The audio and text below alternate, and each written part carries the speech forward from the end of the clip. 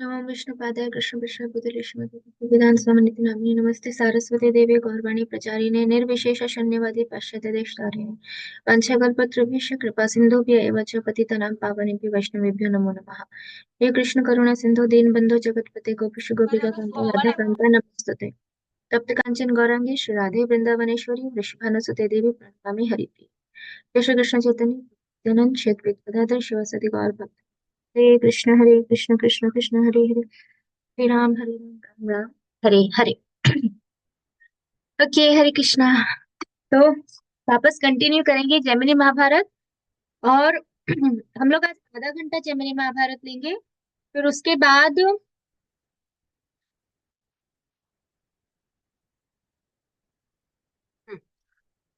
फिर जैमिनी महाभारत के बाद नरोत्तम दास ठाकुर के बारे में हम लोग आज थोड़ा पढ़ेंगे, क्योंकि आज नरोत्तम दास ठाकुर का अपीयरेंस डे है।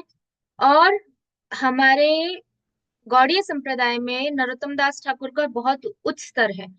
इसीलिए हम देखते हैं कि मैक्सिमम जो हम वैष्णव भजन गाते हैं उसमें से 90% जो भी वैष्णव भजन है वो सब किसके हैं? नरोत्तम दास ठाकुर के हैं और भक्ति विनोद ठाकुर के हैं। तो नरोत्तम दास ठाकुर के बारे में हम लोग पढ़ेंगे। पहले आधा घंटा जैमिनी महाभारत। मुझे लगता नहीं चैप्टर कंप्लीट होगा, क्योंकि काफी बड़ा अध्याय है ये।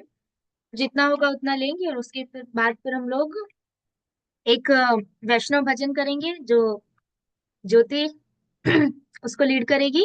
और फिर उसके बाद हम लोग नरोत्तम दास ठाकुर क्यों प्रकट हुए डिटेल में, और कैसे प्रकट हुए, वो हम लोग देखेंगे जैमिनी महाभारत की बात में। बहुत बहुत अच्छे से पूरा उनका जीवन चरित्र दिया है, तो जितना होगा हम उतना कवर करेंगे, बाकी फिर नेक्स्ट क्लास में देखेंगे। ओके। तो लास्ट टाइम हमने जैमिनी महाभारत में पढ़ा था कि भगवान अम, भीमसेन के साथ और सभी द्वारका वासियों के साथ जा रहे हैं हस्तिनापुर। लेकिन जाते जाते बीच में कौन आ जाते हैं? बलराम जी और वसुदेव जी। और वसुदेव जी उनको शिक्षा देते हैं कि तुमको अपने साथ किसको लेके जाना चाहिए और किसको नहीं लेके जाना चाहिए। और ये सब बोलते ही बोलते फिर भीम लास्ट में बोलते हैं कि अगर हम आपकी कैटेगरी रखेंगे कि कौन योग्य है, तो वो इस पूरे भूतल पे कोई योग्य ही नहीं है, तो फिर तो कोई नहीं जाएगा। तो इसीलिए हमें सबके ऊपर दया करनी है और सबको लेके जाना है। तो फिर वसुदेव जी स्वीकार करते हैं और फिर भगवान सभी द्वारकावासी को लेके द्वारका की ओर प्रस्थान करते हैं, सॉरी हस्तिनापुर की तरफ प्रस्थान करते हैं। अब जो वसुदेव जी है और बलराम जी है वो लोग नहीं आने वाले हैं ये अश्वमेध यज्ञ में, क्योंकि वो उनको भगवान ने कहा है कि वो लोग द्वारका में रहेंगे और द्वारका का जो भी राज्य है वो बलराम जी और वसुदेव जी हैंडल करेंगे। तो लास्ट वो लोग मिले, वसुदेव जी मिले कृष्ण को और बलराम जी कृष्ण को मिले, और अब वो हस्तिनापुर जा रहे हैं और वो वापस रिटर्न हो रहे हैं द्वारका।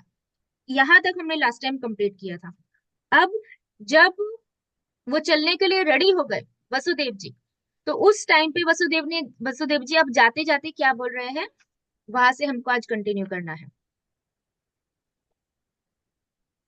वसुदेव जी ने कहा, ऋषिकेश, जैसे पूर्व काल में राजा दशरथ भगवान राम के वियोग में अपना जीवन नहीं रख सके थे, वैसे ही इस समय तुम्हारे वियोग में मैं जीवन धारण करने में असमर्थ हो गया हूँ। परंतु क्या करूं?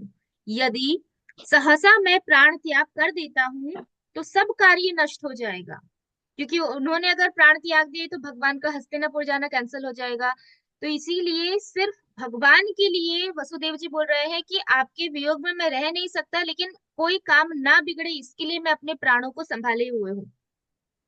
राजा दशरथ ही एक ऐसे पुत्र वत्सल पिता थे जिन्होंने अपने पुत्र श्री राम से वियोग होने के कारण शोकाभिभूत होकर अपने प्यारे प्राणों का इस भूतल पर परित्याग कर दिया था। परंतु मुझ में वैसा स्नेह कहाँ है? मतलब वसुदेव जी की हम्बलनेस देखिए। वसुदेव जी ऐसा बोल रहे हैं कि दशरथ महाराज को इतना प्रेम था भगवान राम से कि उन्होंने अपने प्रिय प्राण को भी त्याग दिया और कुछ भी सोचा नहीं। लेकिन मुझ में तो उतना प्रेम है ही नहीं कृष्ण आपके प्रति, इसीलिए मैं बाकी सारी चीजें सोच रहा हूँ कि सब ऐसा हो जाएगा, ये हो जाएगा, इसीलिए मैं अपने प्राण भी नहीं छोड़ पा रहा हूँ। ये उनकी नम्रता है वसुदेव जी की। और हम सोचते हैं हम बहुत बड़े भक्त हैं हम भगवान को बहुत प्रेम करते हैं, हमने भगवान के लिए अनियन गार्लिक छोड़ दिया, हमने भगवान के लिए ये छोड़ दिया वो छोड़ दिया। भगवान के भक्त भगवान के लिए प्राण भी छोड़ देते हैं। और तब भी वो ऐसा बोल रहे हैं कि वसुदेव जी की मुझ में वो स्नेह कहाँ है आपके प्रति। आगे, इतनी बात कहकर वसुदेव जी ने अपने पुत्र श्री कृष्ण को हृदय से लगा लिया और फिर शीघ्र यात्रा करने के लिए परिवार सहित उन्हें विदा कर दिया। अब जैमिनी जी बता रहे हैं, जन्मेजय, तदंतर वसुदेव जी बड़ी कठिनाई से द्वारकापुरी को लौटे। भगवान श्री कृष्ण भी अपने रनवास तथा भीमसेन के साथ आगे बढ़ गए। वासुदेव बोले, अब भगवान कृष्ण बोल रहे हैं। उन्होंने रास्ते में भगवान श्री कृष्ण ने एक विशाल सरोवर देखा जिसमें बहुत सारे हंस और बतख आदि पक्षी थे। उस सरोवर में श्री कृष्ण ने एक कमलिनी को देखा। कमलिनी मतलब कमल का फूल, और उसकी जो पूरी स्टेम होती है वो, उसको कमलिनी बोलते हैं। और ऊपर कमल का फूल होता है और नीचे की पूरी जो स्टेम है और उसके साथ जो है उसको कमलिनी बोलते हैं। तो भगवान श्री कृष्ण ने कमलिनी को देखा जिसका पुष्प कुमलाया हुआ नहीं था, मतलब वो कमलिनी और उसका जो फूल था मतलब कमल, वो मुरझाया हुआ नहीं था, फ्रेश था। तब उन्होंने भीष्मक कुमारी रुक्मणी को वहां बुलाकर कहा। अब भगवान ने वो पुष्प को देखा और फिर भगवान ने रुक्मणी जी को वहां बुलाया और रुक्मणी को देखकर बोल रहे हैं अभी वो कि ये जो भगवान ऐसा बोल रहे हैं कि ये सूर्य की सुंदरी भार्या कमलिनी को देखो। मतलब भगवान क्या बोल रहे हैं कि ये जो कमलिनी है ये किसकी पत्नी है? सूर्य देव की पत्नी है। क्यों? क्योंकि जब सूर्य आता है तब वो खिल जाती है और जब सूर्यास्त हो जाता है तो कमलिनी या कमल का पुष्प बंद हो जाता है और मुरझा जाता है और फिर सूर्य के आने पे वापस खिल जाता है। इसीलिए क्या बोला है कि वो सूर्य की भार्या है। भगवान ऐसा बोल रहे हैं। फिर बोलते हैं, अहो, स्त्रियों का चित्त बड़ा चंचल होता है। भगवान बोल रहे हैं, मैं नहीं बोल रही हूँ, भगवान के वचन है। अहो, और रुक्मणी जी को बोल रहे हैं क्योंकि भगवान जब रुक्मणी जी से संवाद करते थे तो भगवान कुछ ना कुछ ऐसे कटाक्ष शब्द बोलते ही थे। तो अहो, स्त्रियों का चित्त बड़ा चंचल होता है, वे अपने पति को धोखा देकर पर पुरुषों के साथ रमण करती है। कौन बोल रहे हैं? भगवान बोल रहे हैं कि ये स्त्रियों का स्वभाव होता है। हम भक्तों की बात नहीं कर रहे हैं बट जनरल लेडीज की बात, स्पेशली कलयुग में। भले ही वो स्त्रियां ऐसा ना करे लेकिन कहीं ना कहीं हृदय में वो टेंडेंसी होती है। वो टेंडेंसी की बात यहाँ पे भगवान कर रहे हैं। क्यों? अब उसकी उपमा भगवान यहाँ पे दे रहे हैं वो कमलिनी के साथ। भगवान बोल रहे हैं ये कमलिनियां साय काल में अपने प्रियतम सूर्य को ना देखकर मलिन हो जाती है क्योंकि सूर्यास्त हो जाता है, किंतु उस काले कलूटे भ्रमर को हृदय से लगाकर शयन कर लेती है। अभी जो भंवरे हैं वो भंवरे कमल पे बैठते हैं, तो जब सूर्यास्त हो जाता है तो कमल बंद हो जाता है और जो भंवरे हैं वो भंवरे कमल के अंदर रहते हैं। तो भगवान ऐसा बोल रहे हैं कि उनके पति सूर्य देव है, लेकिन जब सूर्य देव चले जाते हैं तो वो भवरे वो काले कलूटे भवरे के साथ शयन कर लेती हैं, ऐसा भगवान बोल रहे हैं। फिर प्रातःकाल अपने स्वामी सूर्य के आने या उदय होने पर पुनः हर्ष से खिल उठती है।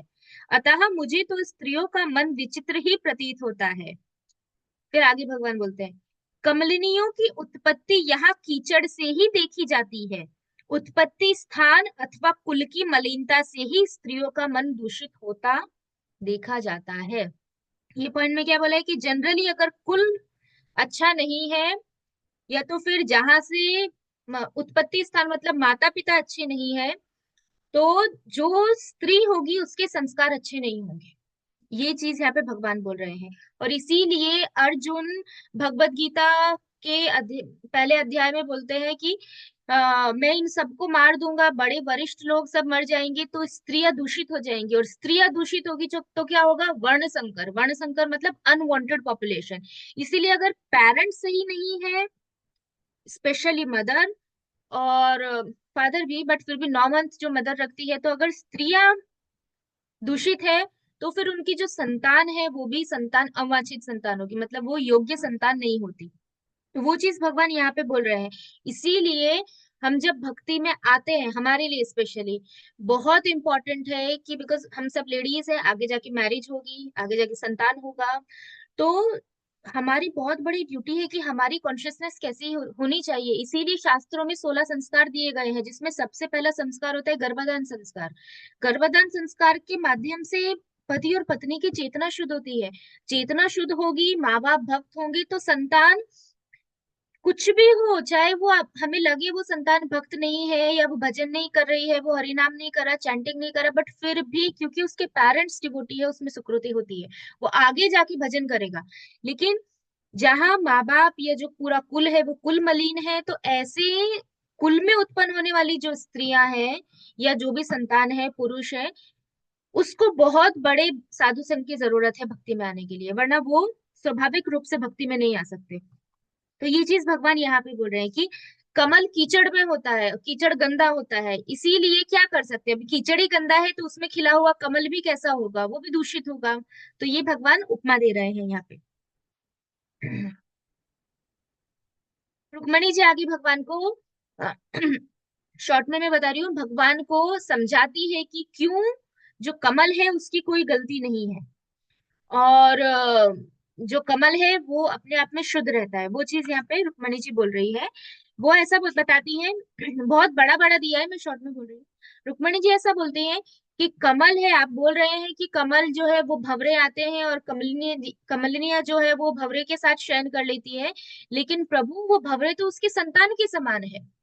तो जब पति नहीं है तो स्त्री अपनी संतान के साथ रहती है, तो उसमें कोई दोष नहीं है। वैसे ही ये कमलनिया जो है वो सूर्यास्त होने के बाद अपने पुत्र भंवरों के साथ रहती है, और जैसे एक माता अपने बच्चों को का लालन पोषण करती है, उनका खान पान देती है, उनको दूध पिलाती है, वैसे ही ये कमलनिया भी भंवरों को भंवरों का पालन करती है, तो ये तो माता के समान है।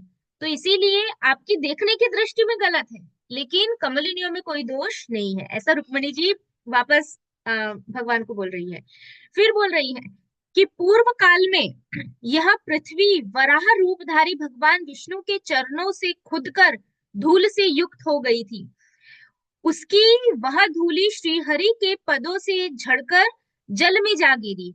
निश्चय ही उस जल और धूलि के संयोग से ये कमल की उत्पत्ति हुई है। वो क्या बोल रही हैं कि ये जो कीचड़ है, आप बोल रहे हो कि ये कीचड़ गंदा है, इसीलिए कीचड़ में जो फूल है वो भी दूषित है। तो रुक्मणी जी उसको काट के ऐसा बोल रही है कि ये जो जमीन है पृथ्वी, वो आपके पांव से खुद के ही उसमें धूल इकट्ठी हुई है, वो धूल बनी है, और वो धूल जब जल में मिली तभी कीचड़ बना, और वो कीचड़ में से कमल निकला, तो ये तो आपके चरण की धूल है, ऐसा करके बोल रही है रुक्मणी जी। इस प्रकार कीचड़ को देखकर और उसकी उत्पत्ति के कारण पर भी विचार करके भीमसेन के सुनते सुनते आपने जो बात कही है, उसी से शीघ्र ही मेरी कही हुई सारी बातें भी स्पष्ट समझ में आ जाती है। जैसे आप सर्वव्यापी है, उसी तरह सर्वज्ञ भी तो है। फिर मैं जैसी हूँ वैसी ही, क्या आप मुझे नहीं जानते हैं? रुक्मणी जी को, क्योंकि उन्होंने भगवान ने स्त्री को बोला, रुक्मणी जी स्त्री है, तो रुक्मणी जी को ऐसा लगा कि वो इनडायरेक्टली रुक्मणी जी को बोल रहे हैं, इसलिए वो स्पष्ट कर रही है। यद्यपि आपकी अन्य भी बहुत सारी पत्नियां हैं, तथापि मैं कैसी हूँ इस बात को तो आप प्रतिदिन जानते हैं और परखते हैं। मैं आपके अतिरिक्त किसी अन्य पुरुष को देखती ही नहीं, सदा आप जनार्दन का ही चिंतन करती रहती हूँ। संसार में जो कुछ भी दिखता है वह सब मुझे आपसे ही व्याप्त प्रतीत होता है, ऐसा रुक्मिणी जी बोलती है। जैमिनी जी कहते हैं, राजन, रुक्मणी की बात सुनकर श्री कृष्ण परम संतुष्ट हुए। तदंतर उस घोड़े से उतरकर केशव ने सेनापति को बुलाया और उसे आज्ञा दी, सेनापते, अब पड़ाव डालने के लिए नगाड़ा बजाओ, विलंब मत करो। श्री कृष्ण की आज्ञा पाकर कृतवर्मा ने तुरंत वह कार्य संपन्न किया। कृतवर्मा भगवान के सेनापति थे, और जो भगवान की नारायणी सेना है उसके सेनापति थे। और जब महाभारत का युद्ध हुआ था तो उस समय भगवान पांडवों के पक्ष में थे, और भगवान की नारायणी सेना क्योंकि भगवान की नारायणी सेना सब वैष्णव थे, वो सब भगवान की भक्त थे, द्वारकावासी थे, लेकिन उनको दुर्योधन ने लिया था, तो इसीलिए कृतवर्मा महाभारत के समय पे दुर्योधन के पक्ष में थे। लेकिन दुर्योधन का वो महाभारत के बाद भी कृतवर्मा जीवित रहे थे, तो अभी वो यहाँ पे है। तत्पश्चात रात में श्री हरि ने अपने परिजनों के साथ वही निवास किया, और प्रातःकाल उठकर संध्या आदि कृत्यों को समाप्त करके अपनी सेना को प्रस्थान करने की आज्ञा दी। धीरे धीरे चलकर वे धर्मराज युधिष्ठिर द्वारा सुरक्षित देश में जा पहुंचे। मार्ग में निम्न पशुपालक, ब्रजवासी और दूसरे दही बेचने वाले ग्वाले भी श्री कृष्ण को देखने लगे। उस समय उनके हाथ में बांस की बांसुरी थी और वे गुंजा का आभूषण धारण किए हुए थे। वे बारंबार अपने अपने बाजे बजा रहे थे और कह रहे थे, निसंदेह ये नंद बाबा के पुत्र है, ये हम लोगों के प्रधान गोप है। ये कौन बोल रहे थे? जो गोपबाल भगवान को रास्ते में मिले, वो सब गोपबाल ऐसे बोल रहे थे, और उन सबके हाथ में क्या थी? बांसुरी थी, और वो ऐसा बोल रहे हैं, ये हम लोगों में प्रधान गोप है। मतलब वो बोल रहे हैं ये भी गोप है, लेकिन अभी ये राजा की तरह आए हैं, लेकिन है ये भी गोप। ऐसा कहते हुए वे श्री कृष्ण का गाढ़ आलिंगन करके मार्ग में खड़े हो गए। राजन, उनमें से कुछ तो उनका कुशल मंगल पूछने लगे और दूसरे बारंबार ठहाका मारकर हंसने लगे। कुछ गोप प्रणाम पूर्वक दही भात देने लगे, कुछ कहने लगे, श्री कृष्ण, आज मेरी इस बांस की बांसुरी को तो देखो, यह कैसी सुंदर है। कुछ कहने लगे, देव, मेरी रक्षा करने पर भी गाय इधर उधर चली जाती है, परंतु आज आप अत्यंत वीर को देखकर भी स्वयं ही लौट आई है। हरे, इस समय मेरी गौएं लोभ मोह रूपी सिंहों से अत्यंत भयभीत तथा उद्विग्न थी, परंतु गोविंद, आज मित्र स्वरूप आपके द्वारा वे भय से मुक्त कर दी गई है। कुछ पूछने लगे, आप कैसे घोड़े पर चढ़े हुए हैं और इन स्त्रियों के साथ कहाँ जा रहे हैं? आपको यह कौस्तुभ मणि कहाँ से प्राप्त हुई है और ये हाथी कहाँ से मिले हैं? क्योंकि ये सब कौन है? भगवान की ग्वालपाल थे, भगवान के फ्रेंड्स। और अब कौन अनम्यूट है? हम्म, कोई नहीं। ओके, क्योंकि ये सब भगवान के ग्वाल बाल है और अभी भगवान को राजा के रूप में देख रहे हैं, और उनके पास बांसुरी है, दही है, मक्खन है, और यहाँ पे भगवान के पास कौस्तुभ की मणि है, भगवान ने इतनी ज्वेलरी पहनी हुई है, इतनी सारी भगवान की पत्नियां साथ में चल रही है, घोड़े, हाथी, भगवान हाथी भी बैठे हुए हैं।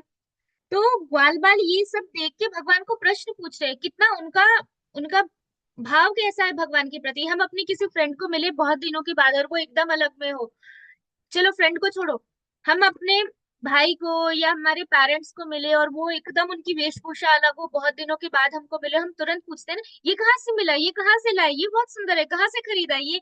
तो सेम वो भाव से यहाँ पे गोप, जितने भी गोप गोप है, वो भगवान को पूछ रहे हैं एक एक चीज के बारे में। ठीक है, फिर पूछते हैं, ये हाथी कहाँ मिले हैं? श्री कृष्ण, आप कहाँ जा रहे हैं? वक्ष स्थल पर सुशोभित होते आपको कहाँ से मिला? जो श्रीवत्स, मतलब जो लक्ष्मी जी है उनकी बात कर रहे हैं। यह सुनकर वहां दूसरा, मूर्ख, तू इन केशव को नहीं जानता? अरे, जब से इनकी छाती पर ब्राह्मण भृगु जी का चरण चिन्ह श्रीवत्स के रूप में अंकित हुआ है, तब से ये श्री हरि श्री संपन्न हो गए हैं और इन्हें सब कुछ प्राप्त हो गया है। तब गोपाल बोल रहे हैं, वो स्टोरी सभी को पता होगी कि भृगु मुनि ये टेस्ट करने के लिए सभी ऋषि मुनियों ने भृगु मुनि को भेजा था कि आप जाओ और टेस्ट करो कि ब्रह्मा जी, शिव जी और विष्णु में कौन भगवान है।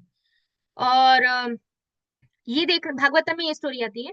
और फिर भृगु मुनि सबसे पहले ब्रह्मा जी के पास जाते हैं, और ब्रह्मा जी के पास जाके भृगु मुनि कुछ बोलते नहीं है, सिर्फ दूर खड़े रहते हैं, और ब्रह्मा जी उनके पिता है तो उनको प्रणाम नहीं करते, कुछ नहीं करते, बस दूर चुपचाप खड़े रहते हैं।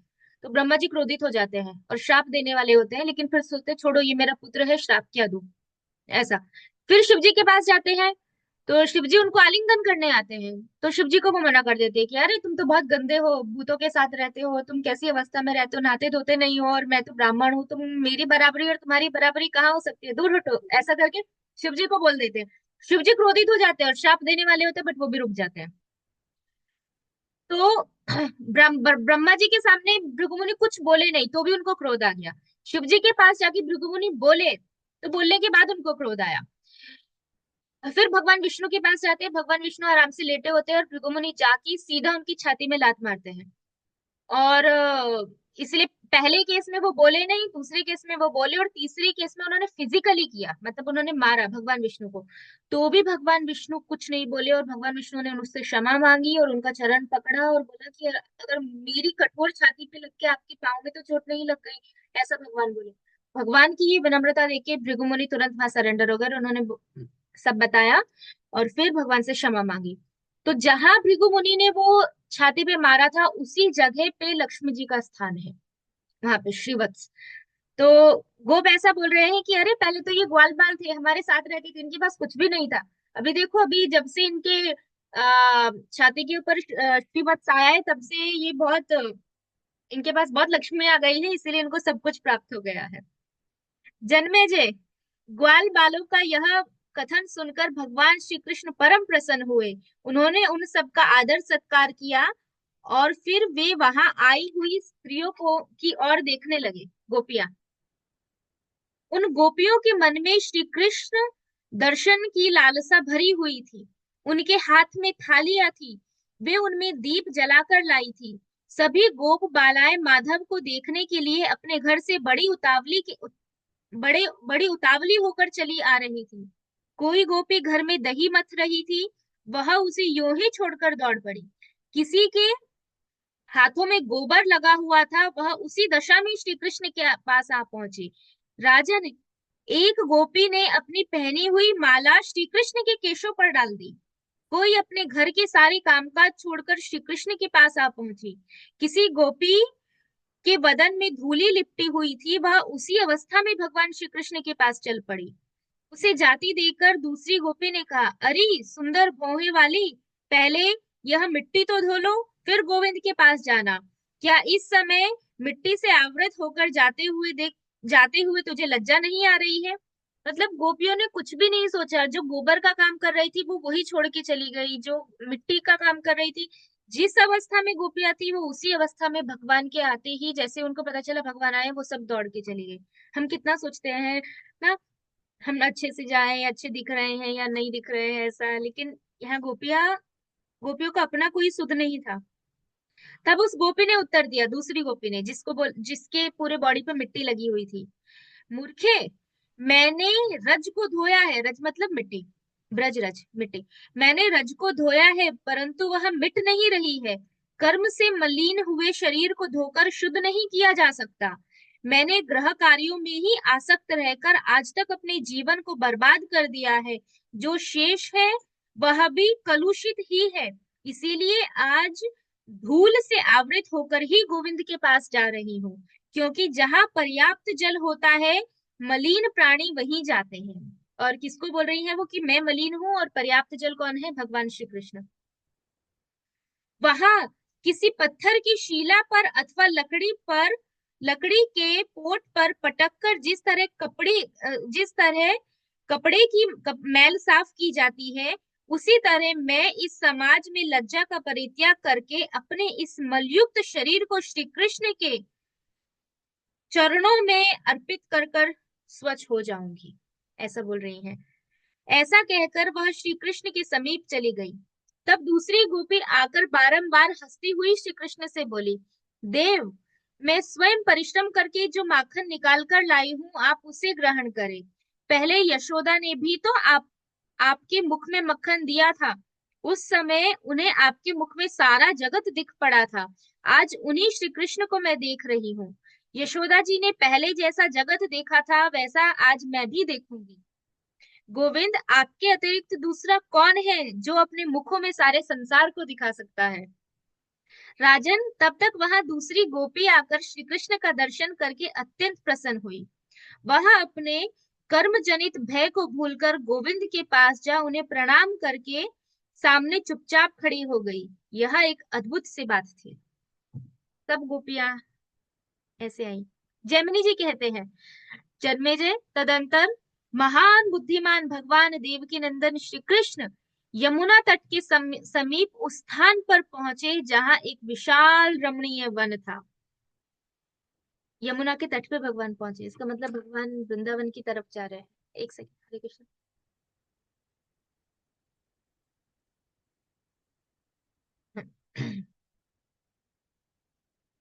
वहां उन्होंने अपने सुंदर खेमा मतलब टेंट, खेमे को गड़वाकर सेना का पड़ाव डाल दिया और फिर सुहृद को बुलाकर इस प्रकार कहा। पहले उन्होंने अपनी माता देवकी, यशोदा और महारानी रुक्मणी से कहा, मतलब यशोदा माता द्वारका में थी, और अभी भगवान के साथ यशोदा माता भी साथ में हस्तिनापुर आ रही है। और महारानी रुक्मणी से कहा, आप लोगों को प्रतिदिन कुंती देवी की सेवा करनी चाहिए, क्योंकि अभी सब कहाँ पे जा रहे हैं? हस्तिनापुर। हस्तिनापुर में कौन है? कुंती महारानी, पांडवों की माता। तो भगवान अपनी माता को, दोनों माता को और अपनी पत्नी को बोल रहे हैं कि आप लोगों को प्रतिदिन कुंती देवी की सेवा करनी चाहिए, क्योंकि वे हमारे पिता वसुदेव जी की बहन और अर्जुन की माता है, तथा अनुसुईया, अरुंधति आदि कल्याणी ऋषि पत्नियों एवं और भी जो बड़ी बड़ी बूढ़ी नारियां वहां आई हो, वे भी आप लोगों द्वारा सेवा करने योग्य है। भगवान सिखा रहे हैं लेडीज को हमें क्या करना चाहिए। अब प्रद्युम्न आदि सब लोग मेरी बात सुने। यहाँ पे ऐसा नहीं बोला है कि आप किसी प्रभु जी की सेवा करो। माताजियों को क्या बोले? माताजियों की सेवा करनी है, बूढ़ी लेडीज की सेवा करनी है। किसी ऐसा नहीं बोला है कि आप जाके किसी ब्रह्मचारी की सेवा करो, या तो फिर आप जाके किसी प्रभु जी की सेवा करो। भगवान ऐसा कहीं नहीं बोले हैं। अब प्रद्युम्न आदि सभी लोग मेरी बात सुने। धर्मराज युधिष्ठिर का रमणीय नगर इन दिनों अश्वमेध यज्ञ के उत्सव से आमोद प्रमोदमय हो रहा है, मतलब खुश हो रहा है। प्रद्युम्न उनके बेटे, वहां बहुत से लोगों का समागम होगा और बहुत से शूरवीर भी पधारेंगे, अतः तुम लोगों को वहां सभी गुरुजनों का सब प्रकार से आदर सत्कार करना चाहिए। अन्य वीरों के तेज तभी तक प्रकाशित होते हैं जब तक अर्जुन का दर्शन नहीं होता। उनके सामने आते ही सभी का तेज शांत हो जाता है। ठीक उसी तरह जैसे पाप नाश करने के लिए दूसरे समस्त तीर्थ तभी तक गरजते हैं जब तक कि बृहस्पति के सिंह राशि में स्थित होने पर गोदावरी नदी का दर्शन नहीं हो जाता। प्रद्युम्न अपने राज्य में जिस तरह राजसी ठाट बाट से रहते हैं, उसी प्रकार इस समय वहां धर्मराज युधिष्ठिर के हस्तिनापुर में रहना उचित नहीं है, क्योंकि जहां महान बुद्धिमान तथा सदा पवित्र आचरण करने वाले भीमसेन रहते हैं, उस हस्तिनापुर में तुम पहले कभी नहीं गए हो। भगवान फिर से भीम को टॉन्ट मार रहे हैं यहाँ पे। भगवान बोल रहे हैं अपने पुत्र को कि पहली चीज तुम्हें वहां पे सेवा करनी है, सभी गुरुजनों की, सभी जो भी गेस्ट आएंगे उनका। दूसरा, तुम अपने राज्य में जैसा रहते हो वैसे वहां पे नहीं रहने को मिलेगा, क्योंकि हम किसी और के वहां जा रहे हैं। जैसे बच्चों को समझाते हैं ना, तो भगवान पिता है, भगवान भी अपने पुत्र को ऐसे समझा रहे हैं कि इसीलिए तुम ऐसी आशा मत रखना कि तुम अपने राज्य की तरह ठाट बाट से वहां जाके रहोगे, नहीं।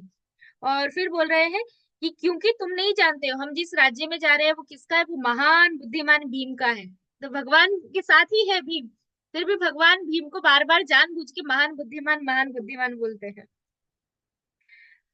तुम इस यज्ञ में पृषत नंदिनी द्रौपदी का सम्मान करना, क्योंकि वह देवी हमारी बहन तथा तुम लोगों की माता की समान है। किसको बोल रहे हैं? प्रद्युम्न को, अपने पुत्र को। वह शुभ लक्षणा द्रौपदी सदा 10,000 नारियों से घिरी रहती है। वो अकेली नहीं घूमती है, अकेली कहीं जाती नहीं है, हमेशा वो दूसरी स्त्रियों के साथ रहती है। तो कितनी स्त्रियां? 10,000 स्त्रियां। सदैव लिखा है भगवान की वो सदैव द्रौपदी 10,000 स्त्रियों से घिरी रहती है। यज्ञ के अवसर पर सत्यभामा सहित सभी स्त्रियां हाथ में दीपक लेकर द्रौपदी का सम्मान करें। भगवान अपनी पत्नियों को बोल रहे हैं जो साक्षात लक्ष्मियां हैं कि आप सभी को, क्योंकि हम गेस्ट हैं, तो हाथ में दीपक लेके आप सभी पत्नियों को द्रौपदी का सम्मान करना है। भगवान बोल रहे हैं, मैं अपने प्रेमी धर्मनंदन युधिष्ठिर का सत्कार करने के लिए पहले ही वहां पहुंच जाऊंगा। भगवान बोल रहे हैं, तुम लोग मेरे पीछे आना। महान बुद्धिमान श्री कृष्ण ने इस प्रकार उन सबको आदेश देकर भीमसेन को खेमे में ही ठहरा दिया और स्वयं आगे चलकर कुछ इने गिने घुड़सवारों को साथ लेकर घोड़े पर सवार होकर अकेले ही हस्तिनापुर को चल दिए। जनेश्वर नगर में प्रवेश करते हुए श्री कृष्ण को देखकर नागरिकों का महान जन समूह अत्यंत हर्ष से उल्लासित होकर उनका स्वागत करने के लिए सामने उपस्थित हो गया। उस समाज में जो याज्ञिक ब्राह्मण थे, वे सब इस प्रकार कहने लगे, हम लोग इस भूतल पर जिन स्वर्ग आदि लोगों की प्राप्ति की इच्छा से अग्नि अग्नि अष्टोम यज्ञ आदि का कर्म करते हैं, उन स्वर्ग आदि लोकों के रचयिता तो श्री कृष्ण ही है। तो वो बोल रहे हैं हम जिसके लिए जिस जो यज्ञ करते हैं स्वर्ग की प्राप्ति के लिए, वो स्वर्ग तो भगवान श्री कृष्ण ने ही बनाया है। ये ही यज्ञ के भोक्ता, कर्ता और कर्म फलदाता है। अनेक प्रकार के यज्ञों का फल प्रदान करने वाले और यज्ञों के स्वामी भी ये श्री कृष्ण स्वयं यहाँ पधार रहे हैं। भला जिनकी दृष्टि हवन की धुएं से अंधी हो गई है, उन हम लोगों को इन यज्ञेश्वर का दर्शन कैसे हो सकता है? यद्यपि हम लोगों ने इन अग्निदेव को बहुत तृप्त किया, तथापि ये उन जनार्दन के जैसा दर्शन नहीं करा सके, जैसा कि भक्त पार्थ ने हमें इनका प्रत्यक्ष दर्शन कराया है। क्या बोल रहे हैं एक लाइन में? वो बोल रहे हैं कि हम लोगों ने इतने यज्ञ किए हैं, इतने यज्ञ किए हैं कि यज्ञ के धुएं से हमारी आंखें अंधी हो गई है और हम भगवान का दर्शन नहीं कर पाए। और हमने यज्ञ में किसको आहुति देते हैं? अग्नि को। तो बोलते हैं हमने इतनी आहुतियां दी हैं, इन अग्निदेव को इतना तृप्त किया है, लेकिन उन अग्निदेव ने भी हमें दर्शन, ऐसे दर्शन नहीं करवाए भगवान श्री कृष्ण के, जैसे दर्शन हमें अर्जुन ने करवा दिए। क्योंकि अर्जुन ने उन सबको वहां बुलाया है यज्ञ के लिए और सामने से भगवान आ रहे हैं, तो अर्जुन की कृपा से वो सब साक्षात भगवान को देख पा रहे हैं। और यज्ञ में आहुति डाल डाल के भी अग्निदेव ने उनको भगवान के दर्शन नहीं करवाए, वो ऐसा बोल रहे हैं। क्या ये अग्निदेव श्री कृष्ण को नहीं जानते हैं, जो इनका दर्शन नहीं करा सके? ये तो सात जीव वाले भी, क्या लिखा है, ये तो सात जीव वाले भी सुने जाते हैं। भला जब दो जीव वाला सर्प साक्षात दूध पीकर उसे विष बना देता है, तब जो अपनी सात जीवों से धूम का पान करते हैं, वे अग्निदेव धूर्म मार्ग से श्री कृष्ण का दर्शन कैसे करा सकते हैं? सात जीव वाले अग्निदेव को बोला है, मुझे नहीं पता कैसे उनके सात जीव है, कोई होगा पीछे की स्टोरी। वो ऐसा बोल रहे हैं कि हम इनको आहुति देते हैं तो ये सात जीवों से खाते हैं, तो सात जीवों से खाने के बाद भी क्या ये हमें भगवान का दर्शन नहीं करा सकते, ऐसा बोल रहे हैं। तब तक वहां कोई दूसरा ब्राह्मण बोल उठा, यह अग्निदेव का दोष नहीं है, यह तो हमारा ही दोष है, जो हमने अपने कर्मों तथा उनके फलों को श्री कृष्ण को अर्पण नहीं किया। तदंतर एक दूसरा ब्राह्मण उन सब से कहने लगा, सज्जनों, इन देव के नंदन का दर्शन करो और यज्ञ अनुष्ठान से प्राप्त हुआ अपना समस्त पुण्य इन श्री कृष्ण को समर्पित कर दो।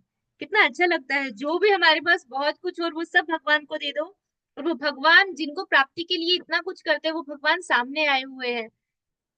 अनइमेजिनेबल। हमें उस स्वर्ग को लेकर क्या करना है जहां से सदा गिरने का भय बना रहता है? इस समय हम लोग श्री कृष्ण के साथ निर्भय होकर विचरण करेंगे। तो जहां भगवान होते हैं वहां पे भय नहीं होता। ये मुझे लग रहा है आगे का 2 पेज है, क्या करना है? 3 पेज है, कंप्लीट कर देना है। 15 मिनट एक्स्ट्रा ले लेंगे, कोई बात नहीं, ऐसा है तो चलेगा। हाँ ना, नहीं सुन रहा। ज्योति। चलेगा वैसे तो सब। सबका क्या टाइम है वो देखना पड़ेगा सोने का। जहां तक मुझे पता है 10:30 से पहले तो कोई सोता नहीं है, 10 साढ़े 10 से पहले तो फिक्स है। चलेगा। ठीक है। आगे जैमिनी जी बोल रहे हैं, जन्मेजय, उन यदुनंदन को देखकर वे ब्राह्मण जब परस्पर ऐसी बातें कर रहे थे, इसी बीच में भगवान श्री कृष्ण ने उनकी वंदना की। तब वे उनसे बोले, देव, हम ब्राह्मणों का आशीर्वाद पाकर आपका कल्याण हो। जगतपते, आप चराचर विश्व के प्राणियों के आवागमन रूपे बंधर को काट दीजिए। ब्राह्मण बोल रहे हैं, उस समय जो वहां सन्यासी उपस्थित थे, उन लोगों ने भी वृष्णि वंश के उत्तम वीर श्री कृष्ण का दर्शन किया। तब श्री कृष्ण ने ओम नमो नारायणाय ऐसा कहकर उनके चरणों में प्रणिपात किया। भगवान खुद बोल रहे हैं ओम नमो नारायण को, खुद नारायण है और खुद अपना मंत्र बोल रहे हैं। तदंतर उन सन्यासियों ने कहा, भगवान आप ही नारायण है और आपने अपने आप को ही नमस्कार किया है। भगवान खुद को नमस्कार कर रहे हैं। खुद वहां पे भगवान उपस्थित है और खुद ही ये मंत्र बोल रहे हैं। नारायण तत्व क्या है, यह हम अपनी वाणी द्वारा नहीं बता सकते। जहां से वाणी उन्हें ना पाकर लौट आती है, वे ही नारायण स्वरूप आप हमारे चरणों में नतमस्तक हुए हैं। आप वेदांत शास्त्र द्वारा जानने योग्य अभय पद परम ब्रह्म स्वरूप है। उन्हीं आपकी इस समय हम लोग प्रत्यक्ष उपासना कर रहे हैं। आप वसुदेव के दो रूप है, आप वासुदेव के दो रूप है, एक चल और दूसरा अचल। सन्यासियों का रूप आपका चल स्वरूप है और प्रतिमा आदि अचल। हम लोग प्रणव के अभ्यास में तत्पर रहने वाले हैं, किंतु प्रणव भी आपके चरण कमलों का सदैव ध्यान करता रहता है, फिर भी आज तक उसके तत्व को ना जान सका। प्रणव मतलब ओम। प्रणव मतलब ओम। वो बोल रहे हैं सन्यासी कि हम ओम का अभ्यास करते रहते हैं, लेकिन वो ओम भी क्या करता है कि वो भी ओम सदैव आपके चरणों का ध्यान करता है, और सदैव आपके चरणों का ध्यान करने के बाद भी वो आपको जान नहीं पाया, ओम नहीं जान पाया, सन्यासी बोल रहे हैं। श्री कृष्ण ने कहा, सन्यासियों, कितने सारे सन्यासी होंगे, भगवान सबको साथ में बोल रहे हैं, सन्यासियों, सदा ध्यान में तत्पर रहने वाले आप लोगों ने कर्मफल के त्याग द्वारा भगवान विष्णु के विश्व रूपमय शरीर को परिपुष्ट किया है। जैसे आप लोग परमहंस की वृत्ति धारण करके पृथ्वी पर विचरते हैं, उसी प्रकार मैं भी भक्तों के हितार्थ श्री कृष्ण के रूप में प्रकट हुआ हूँ। अतः धर्मराज के इस रमणीय नगर में हमारी और आप लोगों की संगति सदा बनी रहे। तदंतर भगवान श्री कृष्ण उन सन्यासियों से अनुमति ले राजमार्ग पर आगे बढ़ चले। उस समय सुंदर नेत्रों वाली नगर की स्त्रियां अटारियों पर चढ़कर उनका दर्शन कर रही थी। उस समय वैश्याएं गोविंद को देखकर ऐसा कहने लगी। जो स्त्रियां घर में रहती थी वो सब अपने अपने छतों पे चढ़ गई भगवान का दर्शन करने के लिए, और वहां पे नगर में वैश्याएं भी थी। वैश्याएं अब आगे बोल रही हैं भगवान को, सखी, ना जाने ये शुभ लक्षण गोविंद इधर कैसे आ रहे हैं, इन्हें एक बार पकड़ तो लो। मतलब वैश्या ऐसा बोल रही है कि भगवान को पकड़ लो ऐसा। इसमें भय करने की कोई बात नहीं है, क्योंकि ये कमल नयन श्री कृष्ण बड़े दाता, मनोहर, बलवान, श्री संपन्न और स्त्रियों पर सदा लुभाए रहने वाले हैं। इसलिए उनको पकड़ लो ऐसा बोले। यह सुनकर दूसरी स्त्री ने कहा, यह नारी समाज अपने हृदय में ऐसे पुराण पुरुष को पकड़ने के लिए व्यर्थ ही प्रयत्न कर रहा है। ये पकड़े जाने योग्य नहीं है। जो विषय वासनाओं से सर्वदा मुक्त है, ऐसे पुरुष का पकड़ा जाना कैसे संभव हो सकता है। जिन्होंने पहले युवा अवस्था में इस पृथ्वी पर 16,000 स्त्रियों से विवाह किया, जिनके बहुत से पुत्र उत्पन्न हो चुके हैं, और तथा जो अब वृद्ध हो चले हैं, उनके पुत्र भी बड़े हो गए, ऐसे पुरुष को पकड़ने से कौन सा प्रयोजन सिद्ध हो सकता है। दूसरी दूसरी वैश्या ऐसा बोल रही है। तथापि इन केशव को ग्रहण करने में हम लोगों को एक ही लाभ कारण प्रतीत होता है कि यदि हम लोग इनके साथ सकाम भाव से भी संपर्क स्थापित करें तो भी सभी के सभी हम मुक्त हो जाएंगे। कितना अच्छा वहां पे बोल रही है कि पहले उन्होंने बोला कि भगवान भगवान में कोई विषय वासना नहीं है। तो भगवान अगर किसी के साथ, जैसे भगवान की गोपियां हैं, भगवान की पत्नियां हैं, तो किसी को लगता है अरे भगवान को स्त्रियां पसंद है। भगवान परम पुरुष है, उनको कोई स्त्री की आवश्यकता नहीं है। जो परम परम स्त्री है, जिससे सारी स्त्रियां आती है, सभी देवी देवियां जिससे आती है, राधा रानी, वो राधा रानी स्वयं श्री कृष्ण है। तो भगवान को किसी की आवश्यकता नहीं है। भगवान में कोई विषय वासना नहीं है। जो लोग सारी विषय वासनाओं को छोड़ देते हैं, तब वो भगवान श्री कृष्ण को पा सकते हैं। तो ऐसे भगवान में कोई विषय वासना नहीं होती है। वो ऐसा बोल रही है कि भगवान श्री कृष्ण को हमें एक चीज प्राप्त हो सकती है कि अगर हम किसी इच्छा के कारण भी भगवान के पास जाते हैं तो भी हम सब क्या हो जाएंगे, मुक्त। क्योंकि भगवान परम पवित्र है। तो भगवान का संग करने से हमारी जितनी भी भौतिक इच्छाएं हैं, वो सारी भौतिक इच्छाएं नष्ट हो जाएंगी। तो भौतिक इच्छा नष्ट होंगी तो हम मुक्त हो सकते हैं।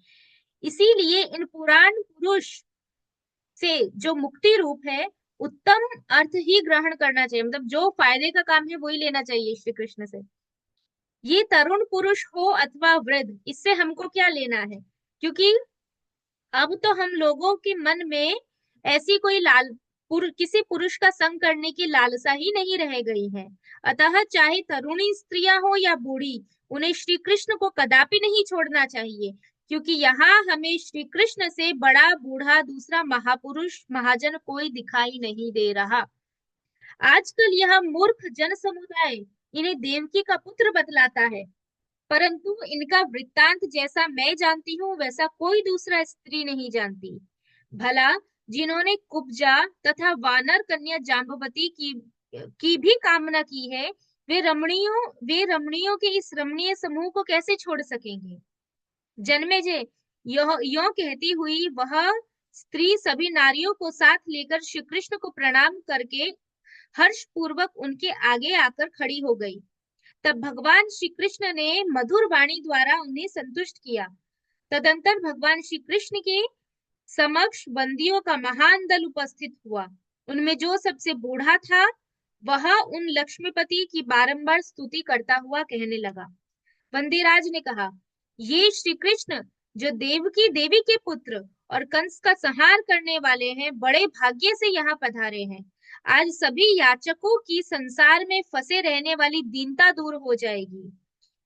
यह मेरा है, यो कहते हुए जो लोग मोह रूपी रोग से ग्रस्त हो गए हैं, यह मेरा है मतलब ये मेरा है, ये मेरा, ये परिवार मेरा है, वो सब, वे सभी इन वैद्य राज श्री कृष्ण की कृपा से, जो नाम रूपी औषध प्रदान करने वाला है, नाम रूप, निसंदेह निरोग हो जाएंगे। यह मैं सत्य कह रहा हूँ, क्योंकि कामनाओं से उत्पन्न होने वाली जितनी भी बीमारियां हैं, वे सभी इनका ध्यान करने से नष्ट हो जाती है। भला जिनकी नाभि के कमल के मध्य भाग से ब्रह्मा जी की उत्पत्ति हुई है, उन श्री हरि के प्रति मैं ब्रह्मायुरस्तु, ये ब्रह्मा की सी आयु रहने वाले हो, इन शब्दों का प्रयोग कैसे करूं? मतलब किसी को आशीर्वाद देते ना, बोलते जुग जुग जियो, तुम्हारी लंबी आयु हो। तो ब्रह्मायुरस्तु मतलब आपकी आयु ब्रह्मा जितनी हो, ऐसा बोलना। तो बोलते हैं ब्रह्मा जी इनकी नाभि से उत्पन्न हुए, तो मैं इनको ऐसा भी कैसे बोलूं कि आप ब्रह्मा की आपकी आयु ब्रह्मा जितनी हो?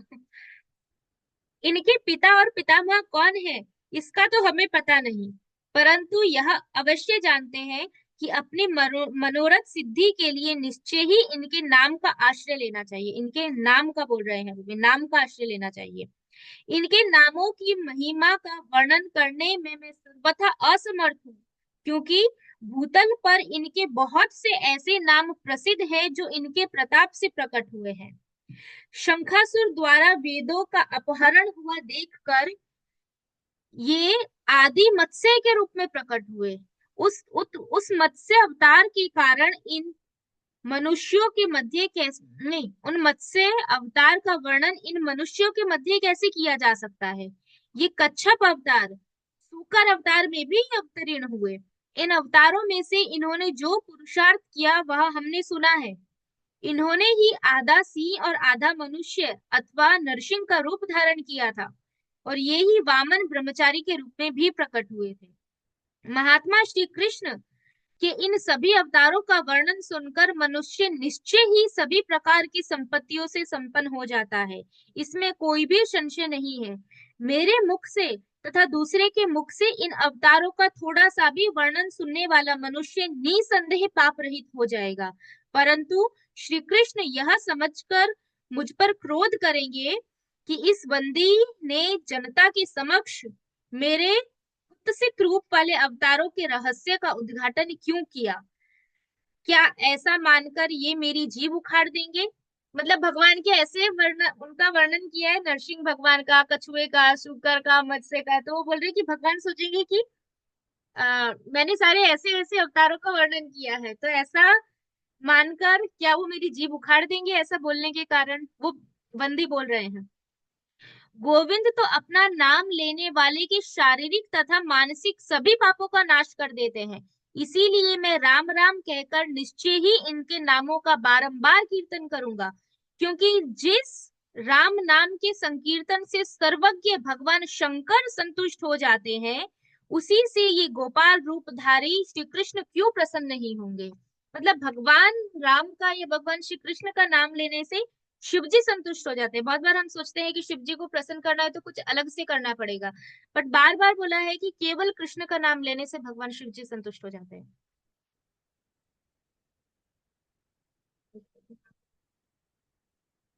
ओके, एक पैराग्राफ। जैमिनी जी कहते हैं, जन्मेजय ऐसा सोच विचार करते हुए उस बंदी को भगवान श्री श्री केशव ने आगे कहने से रोक दिया। जब भगवान की वो तारीफ कर रहा था तो बस भगवान ने वहां बंद कर दिया, और गले में लटकते हुए अपने मुक्त हार को उसे पुरस्कार रूप में प्रदान किया। राजन, इसी तरह सभी भाटों को मोतियों का ही पुरस्कार दिया। जो ही वे आगे बढ़े जो ही वे आगे बढ़े त्यों ही धर्माधिकारकारियों ने उन्हें देख लिया, तो फिर वे सब उन्हें घेर कर खड़े हो गए।